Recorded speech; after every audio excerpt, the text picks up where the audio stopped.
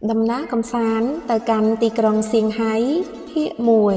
Chùm điểm số môn ở kia bây ní nhưng nhom bàn mà đo là ca sĩ mặt hàng ăn ra chụp nông pin hai nhưng nhom nâng vừa đầm nà tới căn tì krong xiên háy chân bóng ôn trong đơn thà tới tì krong xiên háy mình tới spill dạng mấy mua video nhưng nhom tới ở kia đây môn ở kia bây ní nhưng nhom mà đo là bom xiên háy hơi tích tiết nhưng nhom nâng lại ở kia là ní chân trong đơn hạt tới spill ở kia sàn phân ná chăm từ mơ video nhưng nhom ở kia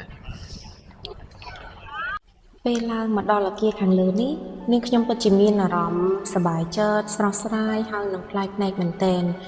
ដោយសារតែយើងអាចមើលឃើញនៅទេសភាពនិងទិដ្ឋភាពនៃទីក្រុងសៀងហៃទាំងមូលតែម្ដង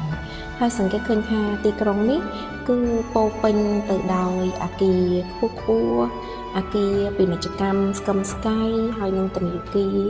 ហើយនឹងអគារជាច្រើនប្រភេទតែម្ដងហើយបើសិនជាយើងកលែកពីខាងលើមើលទៅឃើញឡានដែលធ្វើដំណើរនោះគឺដូចដុំសុកឡាទូអញ្ចឹងបងប្អូនហើយនេះគឺជាទេសភាពតាមដងទន្លេនៃទីក្រុងសៀងហៃផងដែរគឺឃើញថាត្រជាក់ភ្នែកមែនតើបងប្អូនហើយនេះគឺជាផ្ទាំងទស្សនីយភាពមួយទៀតនៅពេលដែលយើងថតពីលើស្ពានកញ្ចក់នេះបងប្អូនគឺមើលឃើញនៅទេសភាពមួយបែបប្លែកហើយធ្វើឲ្យយើងមានអារម្មណ៍ថាត្រជាក់ភ្នែកជាមួយនឹងទេសភាពបៃតងអមជាមួយនឹងអាគារពុកគួរទាំងអស់នេះមែនតើចា៎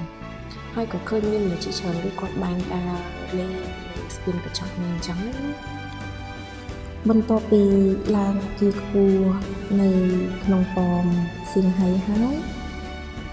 កន្លែងទី2ដែលលោកខ្ញុំត្រូវទៅទស្សនាបន្ទាប់នោះគឺសារមន្ទីរកមួននៅក្នុងទីក្រុងសៀងហៃដែលនៅសារមន្ទីរនេះគឺបង្ហាញអំពីប្រវត្តិសាស្ត្ររបស់សៀងហៃគឺជាអតីតកាលដែលសៀងហៃកាលពីមុនហើយនេះគឺជា model ឡានគ្រប់ប្រភេទដែលបងប្អូនកាលពីសម័យមុនគឺគាត់ប្រើប្រាស់បងប្អូនហើយគឺឃើញថាមានច្រើនមកតែម្ដង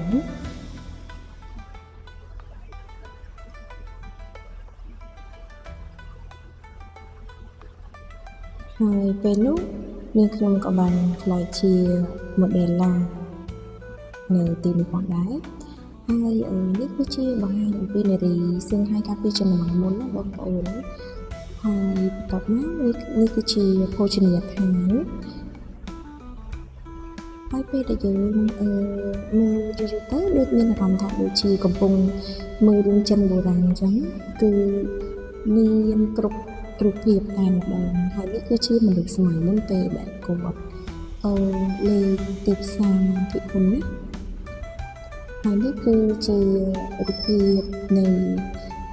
សៀងហៃរូបភាពតូបរូបភាពហាងកាពីមុននេះហើយនេះរបៀបដូចហ៊ីចឹងហើយនេះគឺជារាងកសាងការសៀងហៃកាពីជំនាន់មុន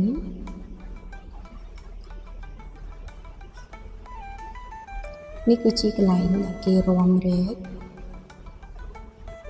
ហើយនេះគឺជាពិធីនៃណានជីង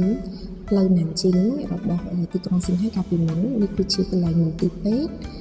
ហាងកក់សក់កាត់សក់